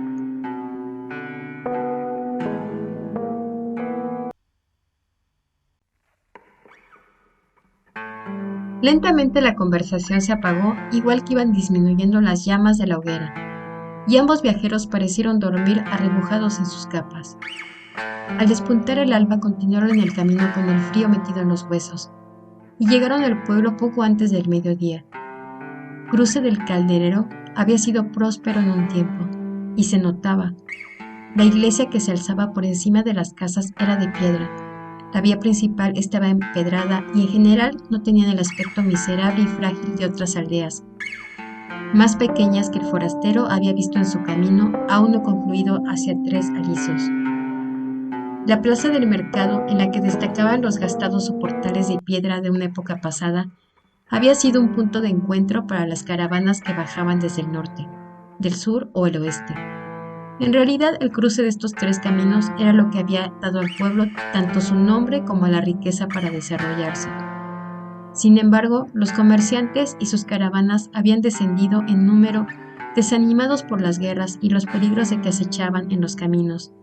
Y aunque el mercado del cruce del Calderero se mantenía un día a la semana, estaba lejos de lo que un día fue. Algo alejadas del centro urbano se podían observar media docena de casas que un día estuvieron ocupadas por habitantes del pueblo. La naturaleza le había ganado terreno a la civilización y todas ellas tenían el techo derrumbado y eran presa de las hiedras. Pronto el bosque se las tragaría. Aún así el pueblo vivía ajeno a su decadencia, y el fuego que ardía en la posada principal era cálido como el corazón de un niño. La barba manchada. Era un buen lugar. La sala común era espaciosa, forrada de madera, y en el piso de arriba había cuartos individuales para los visitantes más ilustres. Mientras Domenech se arrastraba hasta una mesa cerca del fuego y tiritaba allí, envuelto en su capa, Tem entró en duras negociaciones con la posadera. Enda era una mujer algo mayor, de poderosa osamenta, que hacía las veces de mariscal de la posada y manejaba a sus hijos como a un pelotón de soldados bisoños y perezosos. «Bueno, no ha ido mal», murmuró el músico una vez hubo sentado a la mesa con el forastero. «Tocaré por las noches a cambio de un cuartucho arriba, y lo que haya en la cazuela». La posadera se acercó a su mesa con grandes zancadas. «Sé cómo son las tabernas que hay por ahí, pero aquí tenemos unas reglas», gruñó Enda poniendo los brazos en jarras. «Poned orejas, porque la más importante es la siguiente. Esta noche, en realidad, todas las noches sirve a las mesas una muchacha, Bría», señaló hacia atrás con el pulgar. Detrás de la barra había una mujer joven de pelo castaño y cara redonda que limpiaba una jarra con gesto ausente. «Es tímida y habla poco. No me importa lo que salga de vuestra boca, pero sé que las mozas de las tabernas tienen que aguantar que les tiren pellizcos o les metan la mano por debajo de la falda. Aquí no. No me importa si sois tipos duros». Miró de arriba abajo la espada que el forastero había apoyado contra el borde de la mesa. «Esta posada está bajo la protección de Lord Sinclairs. Si os pasáis con Bría, tendréis problemas». «Buena mujer. Nosotros no somos ese tipo de hombres», dijo rápidamente Tem con ademán apaciguador. «No soy una buena mujer, señor músico. Por lo que han visto estos ojos, cuando un hombre bebe, lo que hay bajo sus pantalones toma el control de su cuerpo. Y Bría no la pasó muy bien con los hombres durante la última guerra, así que las manos en los bolsillos». «Eso haremos», dijo Domenech. «No todos los hombres son como piensa esa mujer», gruñó el músico cuando la posadera se hubo alejado. «¿Puedes culparla? Mira a esa chica. Piensa en cuántos años tenía en la última guerra, y piensa en los soldados que creyeron que los colores que llevaban les daban derecho a tomar lo que se les antojase». El forastero se encogió de hombros. «La guerra abre de una patada esa puerta tras la que guardamos nuestros demonios. Y hay demonios en todos los corazones». «Me gustaría discutirte, pero no puedo», dijo Tem, y luego añadió: «Creo que eres un buen hombre». Los ojos de Domenech se desviaron un instante hacia la forma alargada de la espada, un recuerdo y un peso que siempre la acompañaba. No siempre creemos en la verdad.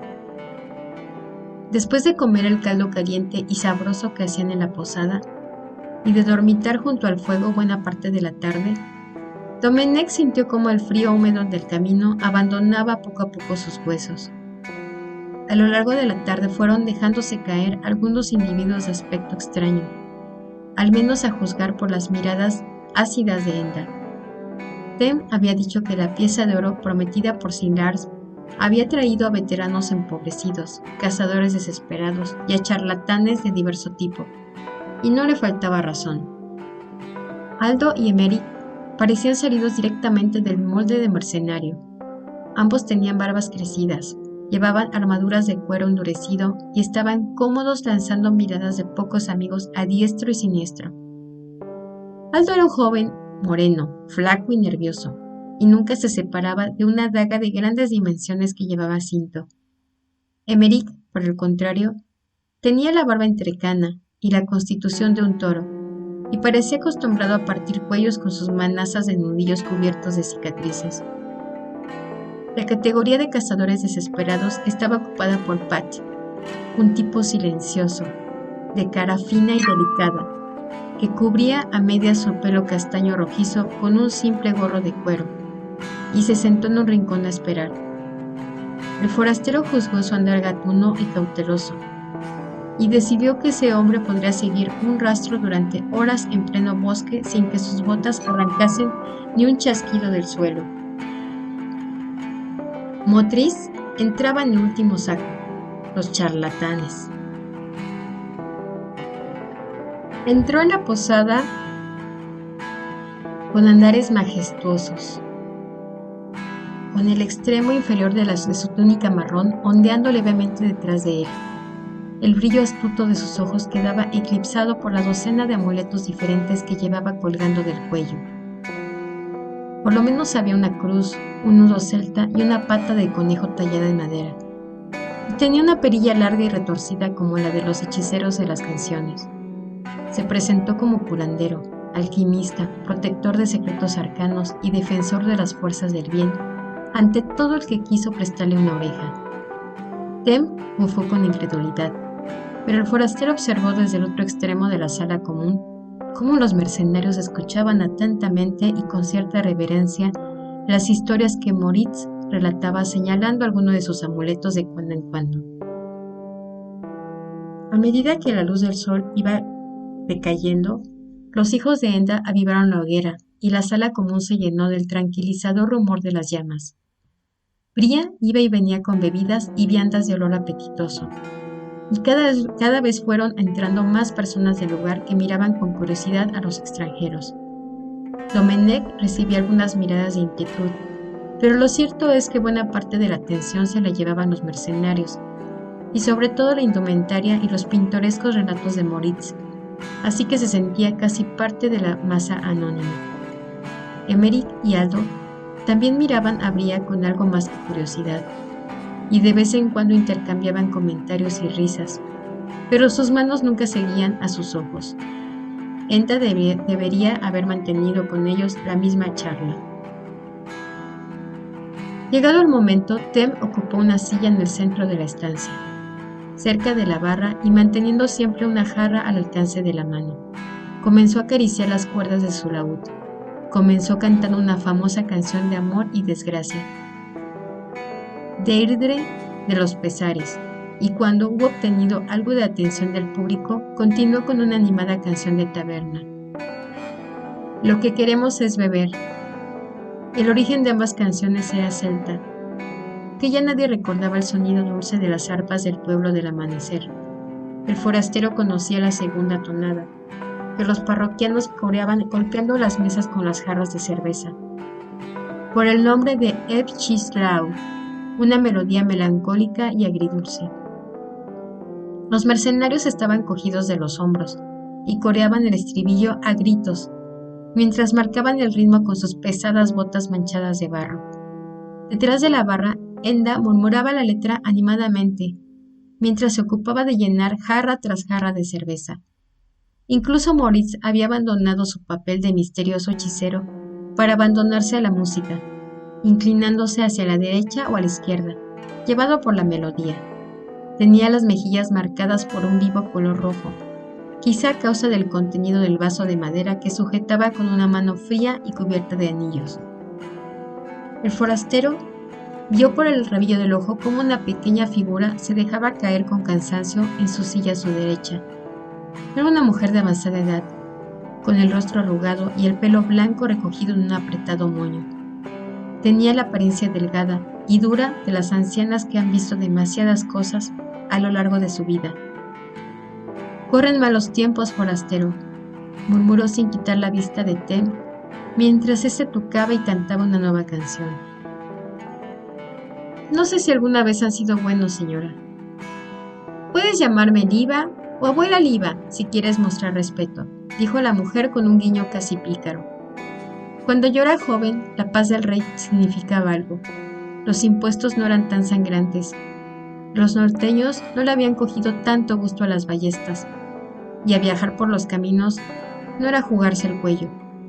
Uno de los mozos de una caravana me ha dicho que un mercenario hechizado por una bruja ha asesinado un buen puñado de gente. En Buen Arroyo, el alguacil, la mitad de sus guardias y un noble de por allí. Y ni siquiera han prendido a un almaleante. Podría estar en cualquier sitio. Malos tiempos, te digo. Y ahora, para colmo, tenemos un duende en el pueblo. ¿Es cierto que es un duende, abuela Liva? ¿Alguien lo ha visto? ¿No lo crees?, preguntó la anciana entrecerrando los ojos. No tengo la arrogancia suficiente para decir que conozco cómo funciona el mundo, pero he viajado por algunos sitios. Allí donde he escuchado que se hablaba de brujas, hechizos o demonios, lo único que había era miedo, ignorancia o falta de entendimiento. Muy educado, forastero, llamándonos un atajo de ignorantes, ceseó Oliva. No era mi intención ofenderte, ni a este pueblo. La mujer puso la espalda muy recta y frunció los labios, pero asintió bruscamente para aceptar la disculpa. Lo vio Cole, el pequeño, aunque supongo que ahora deberíamos llamarle Cole el ciego. Un pobre diablo, casi tan viejo como yo. Lo que le faltaba a este pueblo, un duende. Eso espantará a las caravanas. El forastero se inclinó hacia la anciana tras beber un sorbo de cerveza. ¿Perdió la vista al ver a la criatura? Esas frases déjaselas a tu amigo el bardo.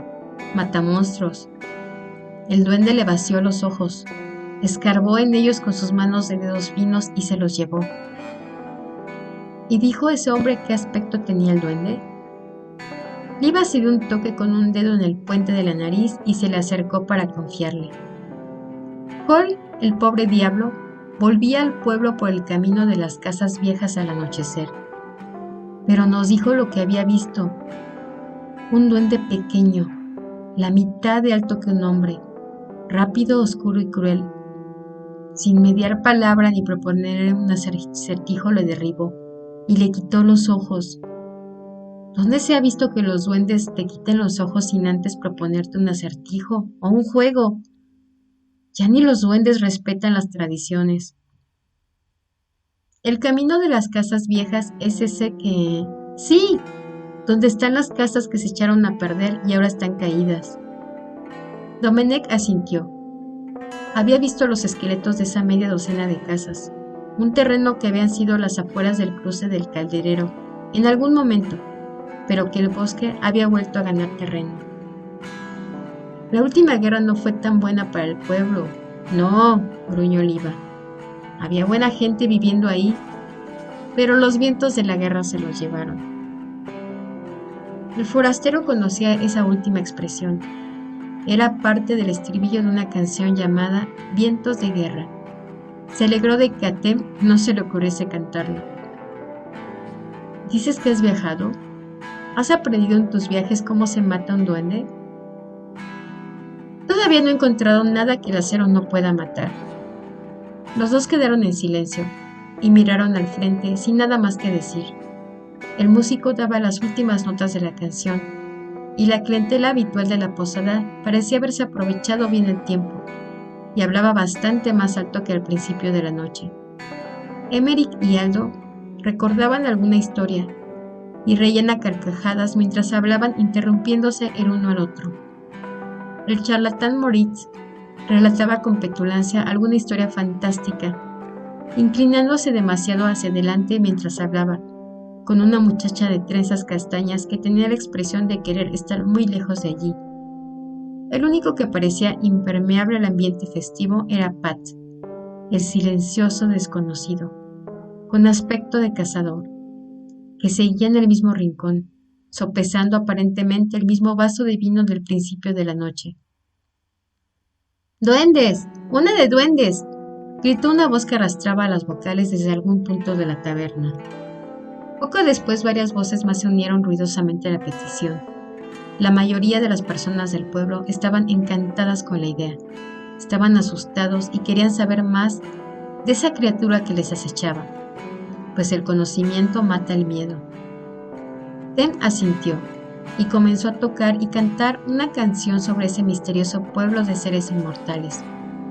Domenech desconocía el nombre de la tonada, pero la música era animada y era una esencia, una descripción de ese tipo de espíritus.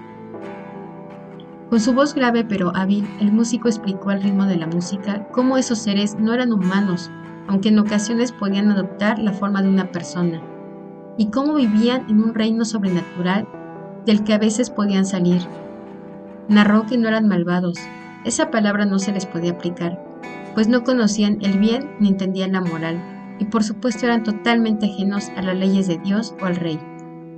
La buena gente, como debían ser llamados para no atraer su atención, simplemente querían divertirse, eran caprichosos, antojadizos y veleidosos. Eran deseo hecho carne, príncipes del caos y la locura, y lo que guiaba sus actos era simplemente la búsqueda de su propio placer, por lo que podían ser especialmente crueles. Adoraban jugar, pero su juego podía ir desde una serie de acertijos hasta susurrar demencia en los oídos de las personas, o sacarles los ojos para jugar con ellos. Tem carraspeó ruidosamente para llamar la atención de su disperso y beodo público, una vez hubo acabado de cantar sobre la buena gente, y comenzó a tocar los primeros acordes de Los hijos de Lir. Era una canción triste y bastante conocida. Aoife, malvada hechicera y esposa de Lir, sentía celos de sus hijastros, Fionuala, Fiachara, Con y Aot. Arrastrada por su odio y su envidia, tejió un hechizo para convertirlos durante cientos de años en cisnes y así librarse de ellos, pero tuvo que enfrentarse al exilio por sus crímenes. El forastero rogó el gesto. Hacía tiempo a él y a sus hermanos también les habían llamado los 3 hijos de Lir.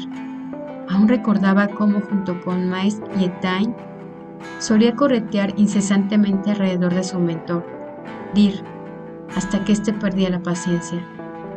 De pronto la canción resultó ofensiva y salió a grandes zancadas de la posada, entrando en el oscuro callejón y respirando grandes bocanadas de aire fresco para calmar los recuerdos. «¡Domenech!», llamó una voz a su espalda. El forastero se giró y vio que una figura delgada se recortaba contra la luz que salía de dentro de la taberna. Caminó hacia él, alejándose de la luz e internándose en el callejón con pasos de gato. Era Pat. «Sabía que eras tú», dijo el cazador con lo que en la oscuridad pareció ser una sonrisa o una mueca. «No estaba seguro, pero me he convencido al ver la cara que ponías cuando ha tocado esa versión mutilada de Eve Chaslau, y he sabido que estaba en lo cierto al ver que no podía seguir escuchando la última canción». El forastero separó las piernas y buscó la espada, sin encontrarla. El efecto de la canción, la cerveza y la precipitación le había hecho dejarla apoyada en la mesa. Llevó una mano a su espalda y la cerró sobre la empuñadura del cuchillo que llevaba envainado en la parte de atrás de la cintura. «Así que es cierto», continuó Pat, acercándose unos pasos más. «Eres uno de los hijos de Lir. No nos convertimos en cisnes como en la canción. Ni siquiera nuestro Lir es el mismo que el de la canción». «No soy estúpido, Domenech», replicó con irritación el cazador. «No soy un campesino ignorante que cree que los celtas son demonios y luego canto en la taberna sus canciones robadas. Ni creo en todo lo que dicen esas canciones». Pat se acercó un paso más y pudo ver su rostro fino y alargado y su sonrisa de suficiencia. Sus movimientos eran precisos, elegantes, nada que ver con la estruendosa pesadez de los mercenarios. «Eres del pueblo», dijo el forastero comprendiéndolo al fin. Pat asintió, sin necesidad de preguntar a qué se refería. Era del pueblo, el único que importaba, el único más antiguo que las raíces de las montañas, el pueblo del amanecer. «No llevo las líneas azules de la batalla, ni llevo el torque de bronce que me correspondería por derecho de nacimiento como mis antepasados. Las antiguas sendas han muerto, pero mi sangre sigue siendo celta». «¿Qué quieres, Pat? ¿Es ese tu nombre?». Padraig, precisó el cazador con un orgullo que tenía un punto de amargura. Solo quería preguntarte, conocerte. Se habla mucho de los 3 hijos de Lir, de lo que hicieron en la última guerra. ¿Es verdad lo que cuentan las historias? La mayor parte no, gruñó el forastero. He visto que llevas ese arma descomunal. Es la espada de Mestr, ¿verdad? Entonces, ¿eso sí es cierto? Domenech asintió en silencio, y el cazador continuó hablando. Me encontré a una mujer del camino aquí, hace 5 o 6 días, en una aldea miserable, llamada Flecha del Camino. Era peligrosa. Tenía los ojos brillantes y fríos, como la luz de las estrellas. El forastero sabía perfectamente quién era, pero tuvo que decirlo en voz alta. ¿Etain? El cazador asintió, y los flecos de su gorro de nuevo oscilaron. Te está buscando, te matará, dijo. Sí, repuso Domenech. Pat quedó en segundo en silencio, pero no pudo contenerse y saltó. ¿Por qué lo hiciste? Durante un segundo un fantasma flotó entre ambos. El forastero traspasó a Padraig con la mirada. Sus ojos eran pequeños y fríos como fragmentos de roca. No vuelvas a hacerme esa pregunta nunca. Domenech se dio cuenta de que seguía agarrando el mango del cuchillo con fuerza y lo soltó. ¿Qué haces aquí, Padraig? ¿De verdad vas a matar a ese duende por una pieza de oro? El cazador retrocedió un paso con una mueca de disgusto. ¿Estás loco? Tengo que protegerlo, evitar que esos asesinos lo maten. Pat tenía los ojos brillantes y apretaba los labios hasta formar una fina línea. ¿Vas a enfrentarte a los demás? Si es necesario, no dejaré que lo toquen. ¿Por qué? Preguntó el forastero incrédulo. Somos como ellos, contestó el cazador dándose un golpe en el pecho. Agonizamos y desaparecemos cada vez que el nuevo mundo avanza sobre el viejo. Pronto los celtas solo existirán en sus canciones y cuentos, deformados por su miedo y su odio. No quedará nada de nosotros.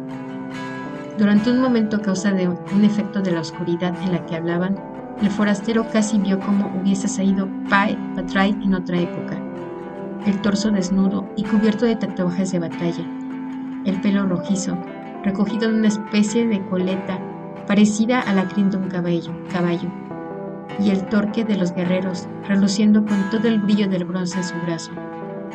Pero el momento pasó y volvió a ver el hombre, flaco, ataviado modestamente, con el cabello cubierto por el gorro de cuero. Pat tenía razón. Las antiguas sendas habían muerto. Fuimos grandes, Domenech.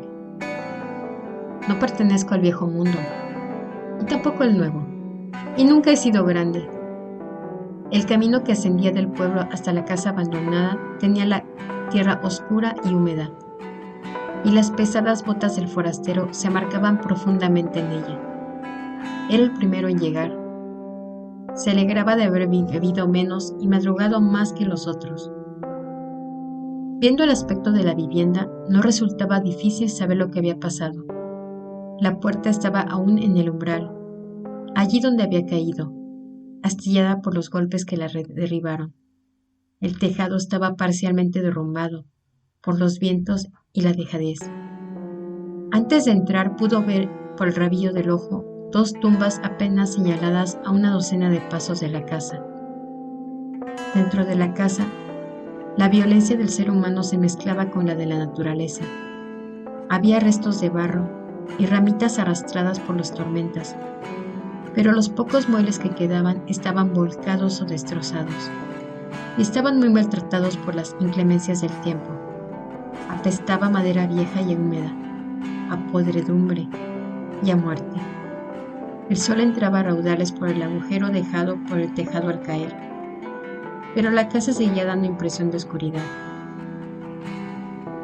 Pese al caos y el mal estado, Domenech pudo encontrar las manchas de sangre vieja y pudo imaginarse lo que había pasado.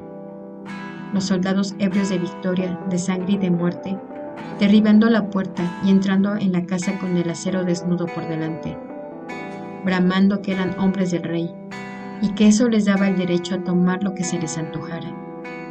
La pareja que había vivido ahí seguramente les hubiese entregado de buen grado cuanto tuviesen, pero los soldados eran hombres rotos, acostumbrados al precio de la guerra, y querían más. Y eran las mujeres quienes siempre pagaban el precio más alto de la guerra. El peso de la enorme espada que llevaba al frente el forastero le recordaba siempre que la guerra podía sacar a luz la oscuridad de los corazones, pero que eso no era una excusa. No había excusas. Oyó el crujido que venía de su derecha, de ese agujero oscuro y medio tapado por maderos caídos, que antes podría haber sido un cuarto. Pero no movió la mano derecha hasta su puñal ni se alarmó. No tenía miedo, porque sabía que no había ningún duende. No tengas miedo, le dijo al niño sorbiendo por la nariz. No voy a hacerte daño. El silencio le respondió. Siento mucho lo que te ha pasado, continuó el forastero, tratando de darle a su voz áspera un tono tranquilizador, aunque sabía que difícilmente un hombre armado podía evocar algo bueno en esa pobre criatura. Algo a medio camino entre un siseo y un gruñido le llegó desde la oscuridad, un sonido inarticulado. Domenech se arriesgó un paso más y apenas vislumbró a una forma flaca y menuda, entre las sombras, con una enorme mata de pelo enmarañado y unos ojos animales. No era más que un muchacho, y en la última guerra debió haber sido solo un renacuajo. Te lo quitaron todo, ¿verdad?, le dijo, aunque ya sabía que probablemente el niño no podría entenderle, y mucho menos responderle. Tu madre, tu padre, la posibilidad de hablar, de ser humano. Ese niño también había pagado el precio más alto de la guerra. Se preguntó cómo había sobrevivido tanto tiempo en los bosques, huyendo de esas personas que habían aprendido a temer, atacando salvajemente cuando se sentía acorralado, como cuando le habían sacado los ojos a ese hombre que se acercó demasiado. Era algo extraordinario, pero no imposible. El forastero había escuchado alguna historia similar acerca de huérfanos a los que los horrores de la guerra impulsan más allá de la condición humana. Quedaban marcados por las heridas del alma demasiado jóvenes, y después no podían recordar el camino de vuelta, quedando siempre en tierra de nadie, entre el reino de los humanos y el reino de las bestias. El niño y Domenech se miraban, uno en tensión, el otro sin saber qué hacer. La cara pequeña se arrugó en una mueca temerosa, y de la boca sucia salió un siseo de viso. Los dedos eran finos y largos y se doblaban como garfios, expectantes. Podían arrancarle los ojos a un hombre desprevenido. Unos pasos apresurados fuera de la casa hicieron que el forastero volviese la cabeza. Padraig se detuvo en el umbral. «¿Domenech?», gruñó resollando. «¿Estás ahí? ¿Está ahí él?» «Sí, vienen».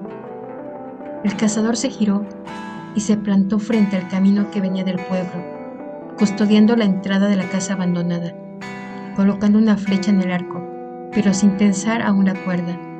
A paso lento por el camino subían lentamente varias personas. Emmerich y Aldo iban los primeros, arrastrando los pies bajo el peso de una dura resaca.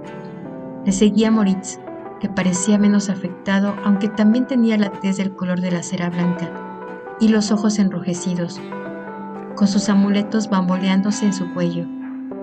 Cerraba la comitiva Tem, varios pasos por detrás, que parecía más fresco y tenía el laúd al alcance de la mano.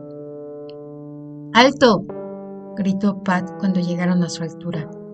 Emmerich alzó las manos en un gesto conciliador. «Veo que has llegado antes, cazador, pero no hagamos de eso un problema, ¿de acuerdo? Mataremos entre todos a ese duende y nos repartiremos la recompensa. Hay suficiente para todos, ¿no es así?» Aldo y Moritz sonrieron, asintiendo. Padraig les devolvió la sonrisa, pero la suya era una mueca desafiante, peligrosa. Dem se apartó del camino con pasos cautelosos, poniéndose a cubierto detrás del ancho tronco de un árbol. «Si dais un paso más, moriréis», replicó, y después añadió con desprecio: «Galaid». Mortiz dio un respingo y le señaló, dibujando en el aire un signo contra el mal de ojo. «¡Es un celta! Nos intenta hechizar en su lengua de brujos», gritó. Emeric dio un paso de al frente y el cazador en respuesta alzó el arco, tensando la cuerda y llevándose el extremo emplumado de la flecha a la mejilla. «No es ningún encantamiento», gruñó el forastero saliendo de la casa y situándose al lado de Pat. «Es un insulto. Significa usurpador». «¿Tú cómo lo sabes?» «Eso da igual», cortó Domenech. «Aquí dentro no hay ningún duende. Nunca lo hubo. Es solo un niño, un huérfano, hijo de la última guerra, que ha estado sobreviviendo desde entonces, dominado por el lado animal de la naturaleza humana. Nadie se llevará ninguna recompensa». Todos los pares de ojos le miraron con extrañeza. «¿No es de la buena gente?», preguntó Pat. Aldo maldijo su mala suerte y escupió al suelo. Emeric pateó el suelo, con rabia. Solo Moritz se dio una mirada calculadora en sus ojos y se acariciaba la barbilla pensativo. «Aún queda una opción», dijo el charlatán. «Conozco formas de teñir la piel y dar forma al cuerpo, como a veces se hace con las piezas de caza para que sigan pareciendo fieras. Podríamos hacerlo, ¿no? Aún podemos llevarnos la recompensa». «Solo es un rapaz medio loco», comentó Aldo. «Que vale una pieza de oro», terminó Emeric, descolgando de su cinto una masa de aspecto contundente. Era obvio que ambos mercenarios habían matado por mucho menos. Pat y Domenech intercambiaron una mirada. El forastero asintió y comenzó a llevar una mano a la empuñadura de la espada. Un crujido a su espalda llamó su atención, y la figura menuda y flaca de un niño salió disparada hacia los árboles, corriendo con rápidas zancadas. «¡Cogedle!», aulló Moritz. Los mercenarios cargaron al son de un grito de guerra. Padraig dejó volar la flecha, que detuvo en seco la carrera de Aldo, clavándose profundamente en su garganta. Trató de sacar un nuevo proyectil, pero tenía el segundo mercenario casi encima. El forastero atrapó la masa con el filo de su espada y desvió el golpe que se dirigía a la sien del cazador con un gruñido.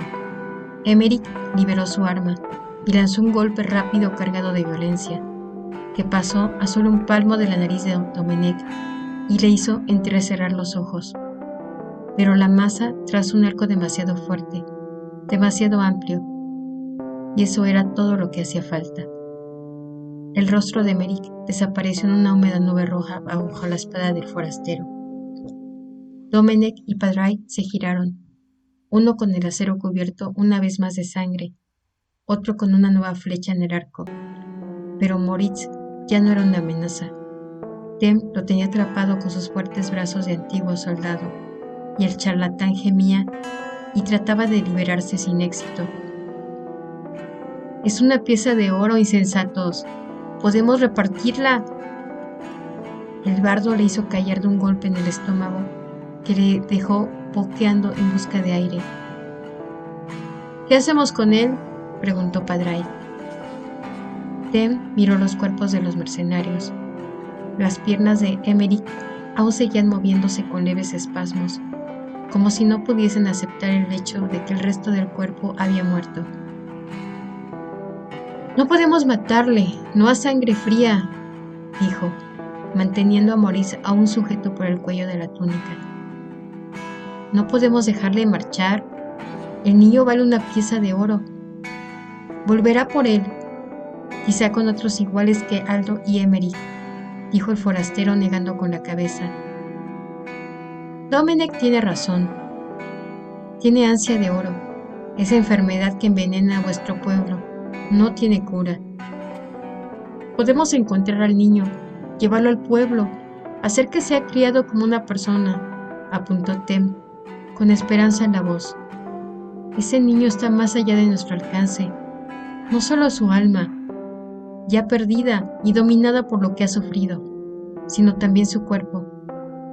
¿Sabes cuántos años han pasado desde la última guerra? Ha estado escondiéndose todos esos años y ya sabe que esta casa no es segura. No volveremos a verle, respondió el cazador. Ni siquiera yo podría encontrar su rastro. Estoy seguro de ello. ¿Qué vais a hacer?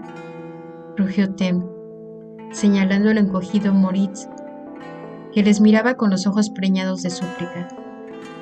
¿Rebanar el cuello a un hombre indefenso? ¿A sangre fría? ¿Qué otra opción tenemos? Preguntó Domenech. Serás igual que ellos, acusó el músico, señalándole con un dedo acusador. ¿Qué derecho tienes a matarle? ¿Qué derecho tengo a dejarle vivir? Replicó en voz queda el forastero. No puedo quedarme a ver esto. Tem soltó al charlatán y retrocedió asqueado. Se empezó a alejar hacia el pueblo con pasos airados. «Vete, Tem», gruñó Domenech. «Tus manos seguirán limpias. Otros haremos lo que es necesario». No quiso demorar más lo inevitable ni dar a Moritz tiempo para suplicar. La hoja entró y salió, y otro hombre más había muerto antes de que las anchas espaldas del músico desaparecieran por el camino del pueblo. Era lo que iba a hacer, aseguró Padraig. Sí, y pese a eso son mis manos las únicas que se han manchado de esta sangre. Ese golpe de masa ha pasado tan cerca. Creí que te había matado. Descuida, cazador. Ya sé cuál será mi final. Etain me matará. Eso será si te encuentra, ¿no es cierto? No será difícil. No tiene más que seguir los cuerpos, murmuró amargamente el forastero. Ella entenderá las razones. Eres un buen hombre. No lo creo, Padraig. Ninguna de las dos cosas. No somos los hermanos cisnes de la canción. Nosotros, los verdaderos hijos de Ilir, nos devoramos unos a otros. El forastero desapareció esa misma noche, tirando de las mulas de su fea mula, como si nunca hubiese pasado por el cruce del calderero. Varias leguas por detrás, una mujer vengativa seguía un rastro de cadáveres.